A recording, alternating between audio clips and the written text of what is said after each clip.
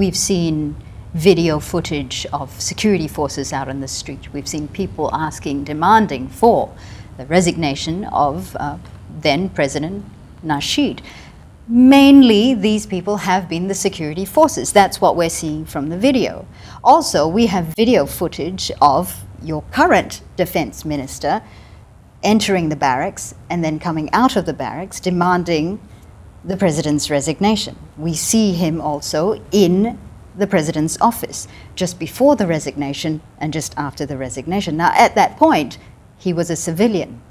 Why was a civilian given so much privileged access? I have no idea, because I was not part of the what happened that day. Did you know this was going to happen? No, absolutely not.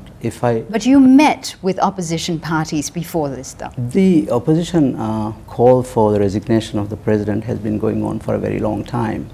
For almost 3 weeks, we had serial demonstrations every night in Mali calling for president's resignation for various reasons. And then when this thing happened, nobody expected this to happen. My understanding of it is that the president was issuing unlawful orders to the security forces, and at some point they decided that was enough and they weren't going to listen to him. And that's when he decided to go and submit his resignation. But he's changed his mind afterwards. And why do you think he's changed his mind? Why do you think he's now saying it's a coup? Well, I think, he just lost it. He lost it, and he realized what a blunder he has made. Maybe this was a trick he was playing on the people. I don't know. But he resigned, and he resigned voluntarily in front of the camera. He could have said, hey, I'm under the circumstances now, I'm being forced to resign. Didn't. He didn't give any clue, any indication. He could have called me and told me, Wahid, I'm being forced to resign. He didn't tell me. What would you have done? I would not have taken the oath of office if he said that. He should have called me. He didn't. Why do you think he didn't call you? Is it because he didn't trust you? No, but we haven't been talking for a while, except in the... Is this because perhaps he thought you weren't part of his plan in the Maldives? We all fought for democracy in this country. It's not like this is a reversal.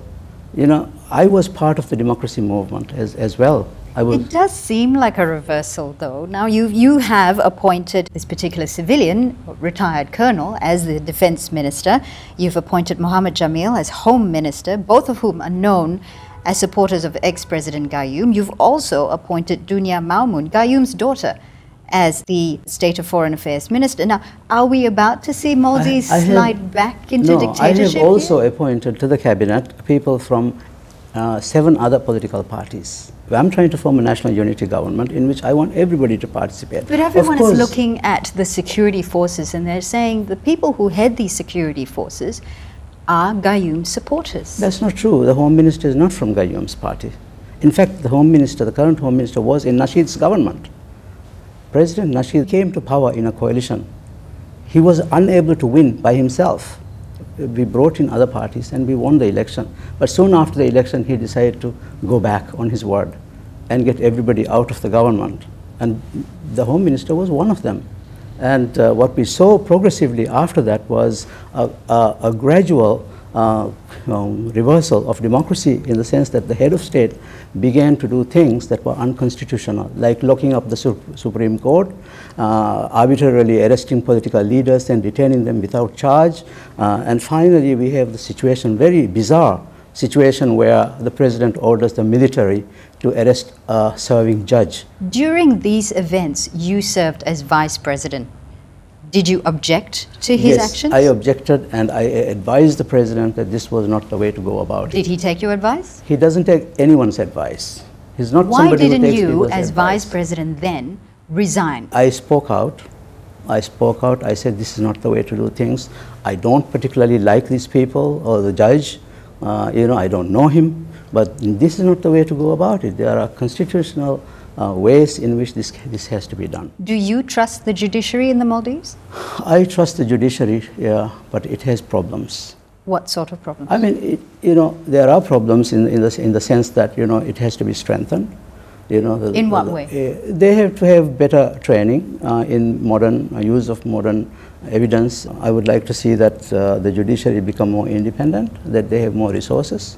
They have It an has been said independent- that the judiciary in the Maldives cannot be trusted. It's corrupt. This- It supports the Gayoom regime. No, this is not true.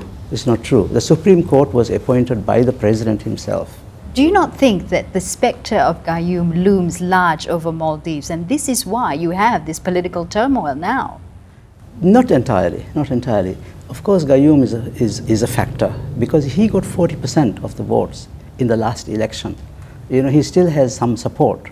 The man has to be given a little bit of respect, you know. But there are other political leaders in this country now. There are other political parties here now. It's certainly very honourable that you want a unity government, that you want all the parties to work together in order to progress the Maldivian democracy. However, it's also been said that there are larger powers than you who are actually the machinations behind what is happening in the Maldives, that you are merely a puppet. No, What do you say to that? This is not true, because I have said, you know, I have my terms on my coalition partners who are now coming into the government. What I'm saying is that you guys, you know, you nominate people and I will put them in the cabinet. It's my choice where I put these people. Much of the current political turmoil started in September last year when the Islamist group, the Adalat Party, left Nasheed's coalition, saying that he wasn't doing enough to strengthen Islam in the Maldives.